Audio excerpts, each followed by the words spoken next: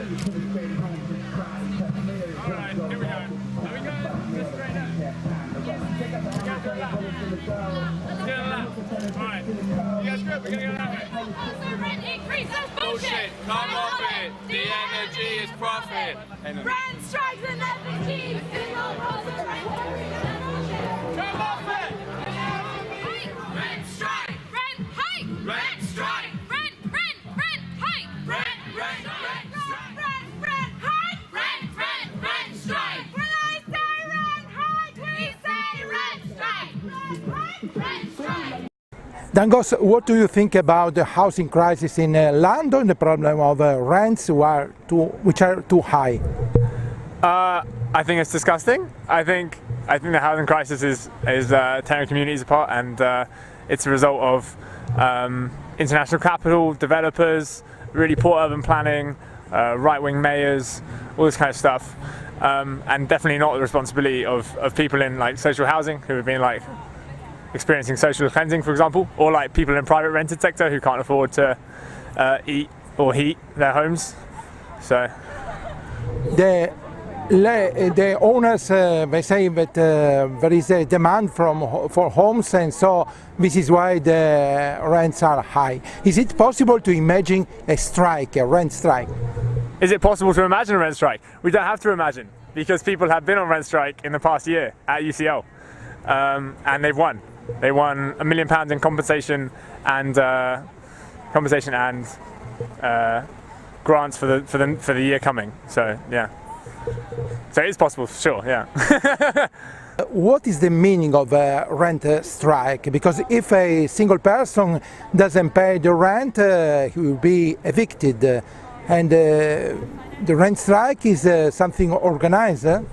Yeah, I think the main thing of the rent strike is not just to get the money for your rent, as you said, for other things in your life that you want to spend your money on to continue living. It's proof that there is strength in numbers, and I think that's the most important message that you are sending out there. It's there's 1,000 of us, and if we all do it, then nobody will get evicted, because they can't evict that many students or that many people that are united. A few weekends ago we held something called a Rent Strike Weekender, where we had students from 25 different universities come down, and we had like workshops and skill shares about how UCL ran their rent strike and what went wrong and what went right, so that we can hopefully replicate similar tactics across the country and have coordinated rent strikes at multiple different universities at the same time, so that we can support each other across regions, and not just have it happening in London, because it's obviously really bad in London, but it's also, there's like staggering digit data from elsewhere as well. So, do you plan to reach also other classes of people, not only young, not only students? Yeah, definitely. The reason the student focus is happening at the moment in this context is just because most of these people are students, because of UCL's success, and we thought we may as well try and replicate such a model of organising that is clearly working. But the ultimate goal is to find a way to organise within the private rented sector, which is many more people, and to sort of demand social housing and things like that. There's like various demands you can make, but yeah, the student like demographic is just a small part of the wider struggle.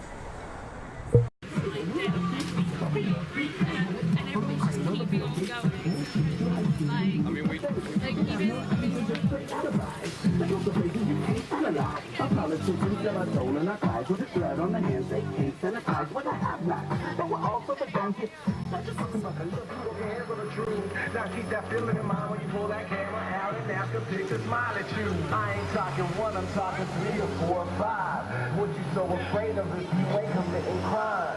We are merely doing what a citizen should do. We say rent strike, rent hike, rent strike, rent hike, rent strike, rent hike, rent strike. Bullshit, come up there. The enemy is profit. Rent strikes on FNGs. Did not cause the rent increase. Bullshit, come up there. The enemy is profit.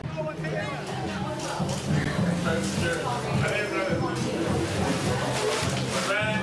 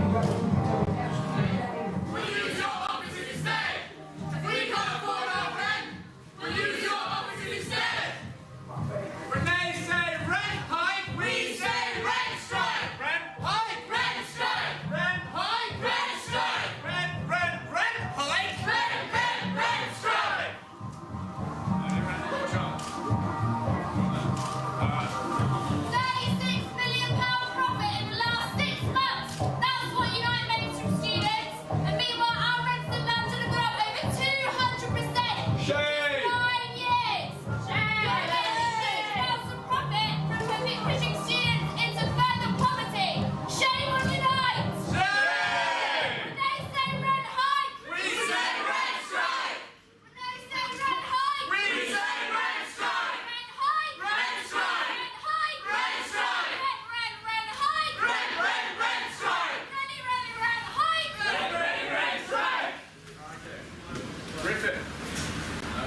All the country, Unite is making money out of students despite profiting millions every week. We say enough.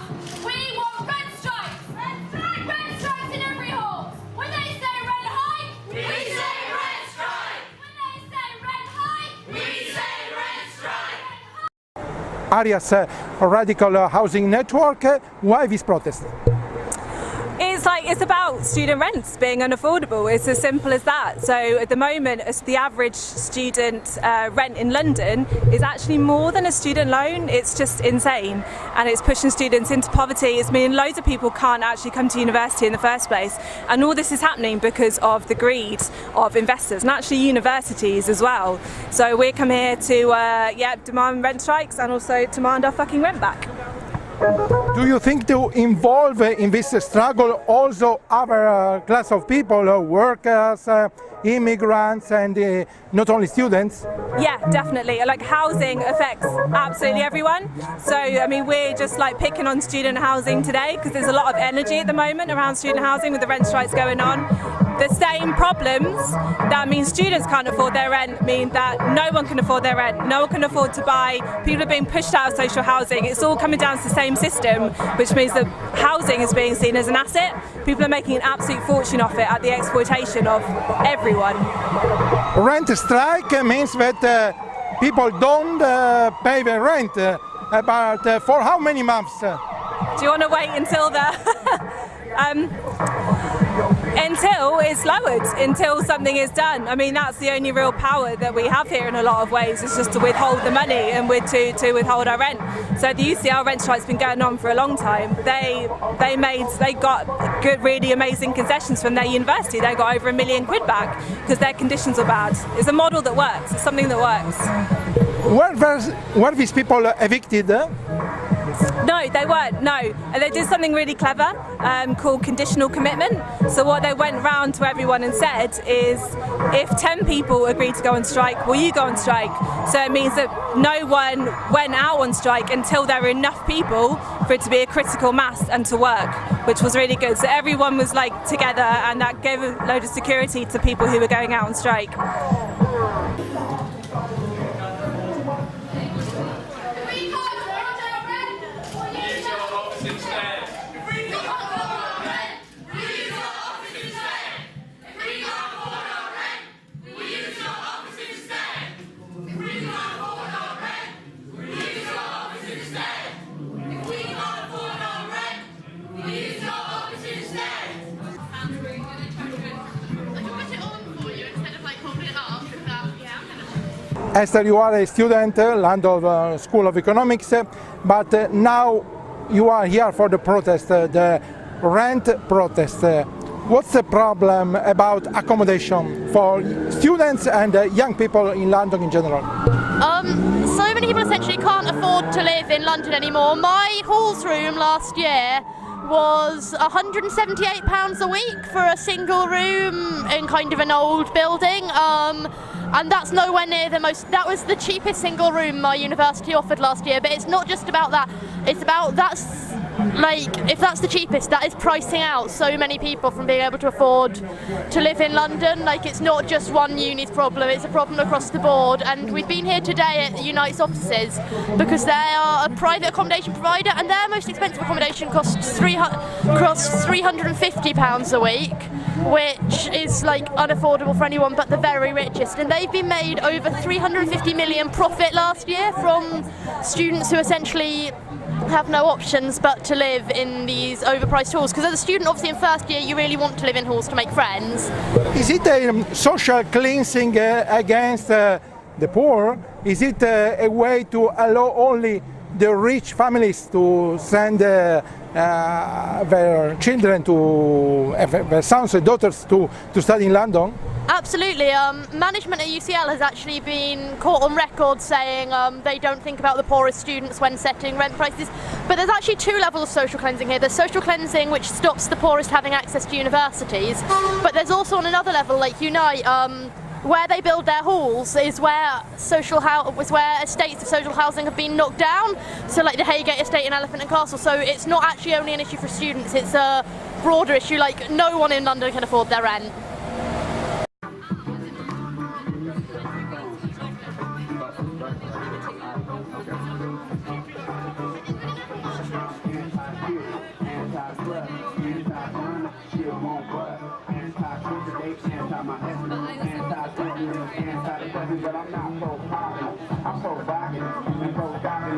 Shelley National Union of Students, let's talk about the problems of students in London, about the rent, about the house, about accommodation. Well, the average price of a student halls in London now is £226 a week, and as you can see from Unite accommodation, they're charging in their windows rooms of up to £350 a week. It's just completely unaffordable. Students' incomes, their grants and loans are being cut, if not increased. So this is a real issue now. Students not being able to afford to pay their rent, and some students are responding by not paying their rent, by going on rent strike. So we're here today to put pressure on private providers like Unite, who are exploiting students, making millions of pounds of profit, to say that enough is enough. Who is getting the profit?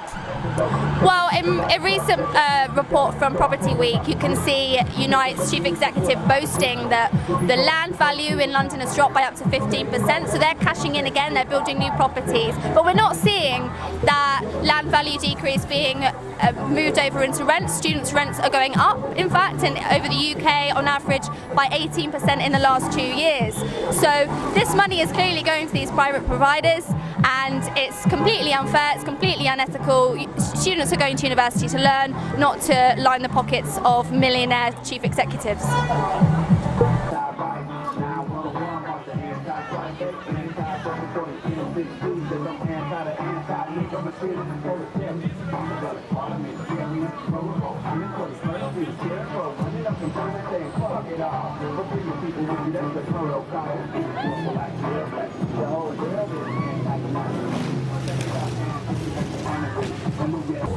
Sofia is a Mexican-Dutch student here in London. How much is a student paying for rent to live in this city? Easily £180 a week. On a lower scale, maybe 150. On a higher scale, up to 250, if not more. Where does he or she get the money? If you're an international student, goodness knows you have no help. It's very hard for international students who don't have the money to come study here. If you're a home student, you get money that's lent to you by the government. However, my year is the last year to have not only a loan but also a grant. After my year, maintenance grants have been cut, so students who can't afford to pay, and even students who, based on means testing of their parents' income, can't afford to pay, will be lent more money, which basically just means they get given bigger debt. So even those that the government acknowledges are exceptionally incapable of paying, not that anyone really can, are no longer getting help.